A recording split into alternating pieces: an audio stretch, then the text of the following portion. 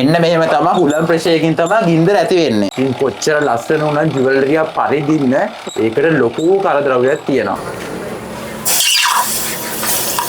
ඉතින් මේ ඇවිල්ලා හෑන්ඩ්මේඩ් ජුවලරි ඩිසයින් කරන හැටි. මෙතෙන්ට ටුවරිස්ට් කෙනෙක් එන්නේ හිස් අතෙන්. අන්තිමට යන්නේ ලක්ෂ ගානක මතක සටහනක් ඉතුරු කරගෙන. මං අද ඇවිල්ලා තියෙන්නේ ලංකාවේ දක්ෂතම ජුවලරි ඩිසයිනර් කෙනෙක්ව හම්බෙන්න. ලංකාවේ විතරක් නෙමෙයි ලෝකේ පුරාම වර්ල්ඩ් එක්ස්පෝ වලට සහභාගී වෙලා තියෙනවා. ඉතින් අපි බලමු කොහොමද ජුවලරිය ඩිසයින් වෙන හැටි. පොඩ්ඩක් අපිට කියන්නකෝ ලංකාව නියෝජනය කරන්න ගිය රටවල් ටික. මම විවිධ රටවල් වලට ගිහිල්ලා තියෙනවා. මම ජපානයට ගිහිල්ලා තියෙනවා. මේ ජපානයේ මේ වර්ල්ඩ් එක්ස්පෝ එකට සහභාගී වෙච්ච එක. මේ චයිනා වල සහභාගී වෙච්ච එක. මෙතන මේක නෙදර්ලන්ඩ් රටේ සහභාගී වෙච්ච එක. මේක කසකස්තාන් කියන රටේ සහභාගීත්වය. අපි ගිහිල්ලා මේ වර්ල්ඩ් එක්ස්පෝ එක මාස 6ක් එක දිගට තිනවා. ඒ මාස 6ේම මම ට්‍රාස්මන් හැටියට විවිධ රටවල් 200ක් වගේ සංචාරක වෙනවා. ඒ වගේ ක්‍රාෆ්ට්මන්ෂිප් එක පෙන්නනවා. අන්න ඒකයි මේ ජුවලරි ෆීල්ඩ් එක හිතුමතේට කරන්න පුළුවන් දෙයක් නෙමෙයි. ඉතින් ඇත්තටම මෙතුමාට පරම්පරාවෙම තමයි මේ ආభాෂය ඇවිල්ලා තියෙන්නේ. ඉතින් දැන් මම ඔයගොල්ලන්ට පෙන්වන්න හදන්නේ A to Z ඩ්‍රින් එකක් හැදෙන හැටි. ඉතින් මම අද ඇවිල්ලා ඉන්නේ ගාල්ලේ. පළපුරුද්දෙන් ඉහළම නිර්මාණකරුවෙක් හම්බෙන්නේ. අපි පොඩ්ඩක් වැඩේ යන අතර අහමු විස්තරේ. ජුවලරියක් හදනකොට මොකද්ද තියෙන මුල්ම පියවර? ඉස්සෙල්ලාම සිල්වර් අරගෙන කෝවේ දාලා උණු කරලා වක් කරලා ගන්නවා ඉස්සෙල්ලා. අපි පොල් කටුව අඟුරුෙන් දෙක උණු කරන්නේ. පොල් කටුව අඟුරු වලින් තමයි පොල් කටුව අඟුරු පුච්චලා වගේ ගන්න ඕනේ. මේ සිල්වර් දාන්න ඕනේ මේ කෝවෙට.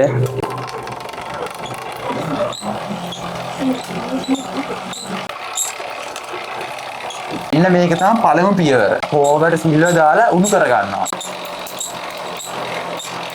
ඒක දිගට කරකවන්න ගින්දර එනවා. මේව හාරලා මේක දැන් අපිට ඕන ගානට හිමි දැන් මහත එකක් නම් මෙතෙන්ට දානවා. ඉන් එකක් නම් මෙතෙන්. වගේ අච්චුවකට තමයි උණු කරගත්ත සිල්වර් ටික දාගන්නේ. මේක උණු කටයකින් තමයි හදාගෙන තියෙන්නේ. ගොඩක් අය ලස්සන ජුවලරි පැලදුවට මේක හැදෙන ක්‍රමේ දැකලා නැහැ. ඇයි මේ ඉටි දාන එකට විශේෂ හේතුවක් තියෙනවද? ඒක ඉට්ටරම දැම්මම ඒ ලිස්සලා වගේ උණු වෙලා ඒ දියරත් එක්කම මේ වෙලා දිගට වැක්කෙනවා.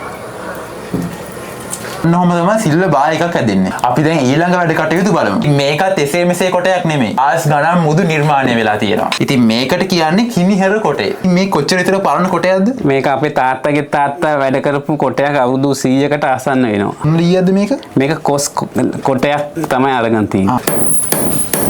මෙන්න මෙහෙම තමයි තලාගන්නේ. අල්ලගෙන මෙහෙම ගහ මේ ඇඟිල්ලට වැදෙන්නේ නැති වෙන ගහන්න. කම්පියුටරෙන් ජුවලරි හැදුවට ඉතින් අපේ අතින් මෙහෙම නිර්මාණය වෙනවා අඩුයි. හැබැයි අපේ අතින් ඒක නිර්මාණය කරනවා කියන්නේ ඒක වෙනම හැඟීමක්. ආයෙසර ඒක රත් කරන්නේ. මේක රත් කරනකොට මේක ටෙන්ෂන් එකක් එනවා. ඒක ස්මූත් කරන්න තමයි මේක මේ රත් කරන්නේ. ඉතින් මේවා හිතන තරම් ලීසි වැඩක් නන් නෙමෙයි. මේවා පරම්පරාවෙන්ම ආපු දැනුම. ඉතින් දැන් බලන්න ගිනියම් වෙලා තියෙන්නේ.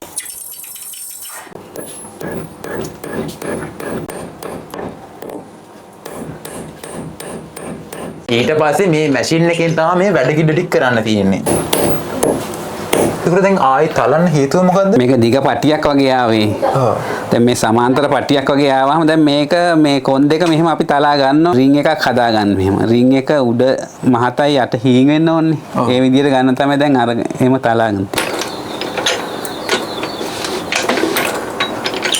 ඉතින් දැන් අපි මේ හදා ඉන්නේ සිල්වර් ජුවලරි එකක්. ඉතින් එතකොට දැන් අපි මැනුවලි වයිට් ගෝල්ඩ් කරනවා නම් මේ ක්‍රමේ සාර්ථකද? ඒක සාර්ථක නෑ. මොකද මේ කබලේ හීට් එක අඩුයි. ප්ලැටිනම් රත් කරනවා උණු කරනවා නම් හීට් එක ටිකක් වැඩිපුර ඕනේ. ඒක නිසා මේ ඔක්සිජන් එකත් එක්ක LP ගෑස් එක යූස් කළා තමයි මේ ප්ලැටිනම් උණු කරන්නේ. 22 කැරට් එකේ හීට් එකත් සිල්වර් හීට් එක වගේ සාමාන්‍ය නිසා 22 කැරට් කබල මේව කරන්න සාමාන්‍ය ටෙම්පරේචර් එකේ මේව කරන්න පුළුවන්. අවසානයේ දැන් මුද්ද රවුම් කරගන්න තියෙන සයිස් කැරල්ල තමන්ට අවශ්‍ය සයිස් එක මේකෙන් සිලෙක්ට් කරුවාම ඇඟිල්ලට වැටෙන ප්‍රමාණය ඒ අනුව සයිස් එක අරගෙන තමයි මුද්ද ගන්න. සාමාන්‍යයෙන් ලංකාවේ පිරිමි අයගේ ගෑනු අයගේ කොමන් සයිස් කොහමද? කොමන් සයිස් සාමාන්‍යයෙන් ගෑනු අයගේ සයිස් 12 ඉඳලා 14 වගේ. පිරිමි අයගේ තියෙන 16 ඉඳලා 20 වගේ තමයි සයිස් තින් නෝමල්. එතකොට විදේශිකයන්ගේ එක වෙනස් වෙනවද? යුරෝප් කන්ට්‍රි අයගේ 20 25 ඒ ගාන යනවා. චයිනීස් කට්ටියගේ අඩුයි 12 10 ඒ වගේ. චයිනීස් ජපාන් කට්ටියගේ අඩුයි. මේක කීයක් පටියක් තියෙන මේක. ඊනේ ඉතින් කපන්න.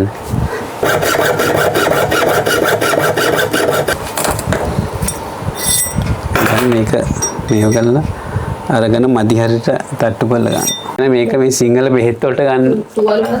කැපුණාම මේක තියෙනවා. සිංහල බෙහෙත් බඩුවක් කියන පුස්කර. ගොජ ගොජ ගාලා නටනවා.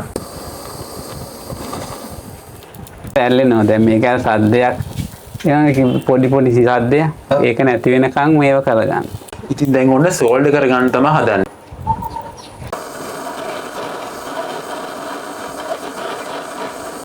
මේ සෝල්ඩර් වෙනදී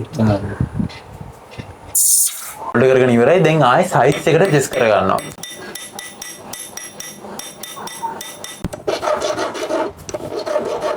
මේ පියරි ගා ගන්න දෙපැත්ත බැලන්ස් කරගන්න. මේ මුද්දට ඇල්ලෙන්නේ මෙන්න මේ මගේ අතේ තියෙන බ්ලූ සෆායර් එක. දැන් ඒකට මේක අරකට හරියට මැදට සෙන්ටර් කරගන්නවා. මැද සොයා ගන්නවා. දැන් මෙතන මේ බ්ලූ සෆායර් එකට හදන්න යන්නේ දැන් මුද්ද.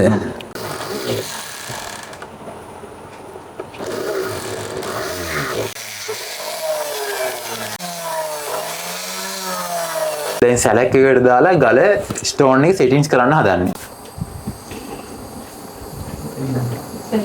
මේ කෑල්ල තමයි මේකෙන් දාලා තියෙන්නේ. මුද්ද සැලක් එකට හයි කරගෙන ඊනම් දැන් බලමු ගල බදින හැටි. ගලට හානි වෙන්නේ නැති වෙන්න ගන්න. ඒකට ওই ගල බදින කටුව තඹ වලින් වෙන්න හේතුවක් තියෙනවද? ඒ තඹ වලින් ගන්න මේක මේ තඹ වල හાર્ඩ්නස් එක අඩුයි. දැන් යකඩ භාවිතා කරුවොත් මේක හાર્ඩ්නස් එක වැඩි නිසා මේ ගලට තට්ටු කරනකොට මේ ජෙම් එක ඩැමේජ් වෙන්න පුළුවන්. ඒ නිසා මේක දපගත්ත තමයි පාවිච්චි කරන්නේ. දැන් ඉතින් කරන්නේ සිල්වර් එක සෙට් කරගන්නවා.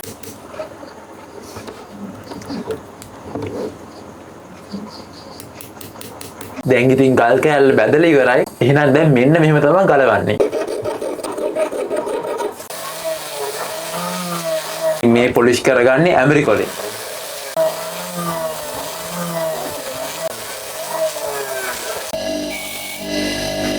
වැඩි කියන්නේ මේක පොලිස් එකක් එන්නේ මේක තියන මේ ඉරි ඒවා මේ මැකෙන්න තමයි මේක අල්ලන්නේ. පාට මේක පොලිස් එක දැන් පොලිස් කරන්න යන්නේ.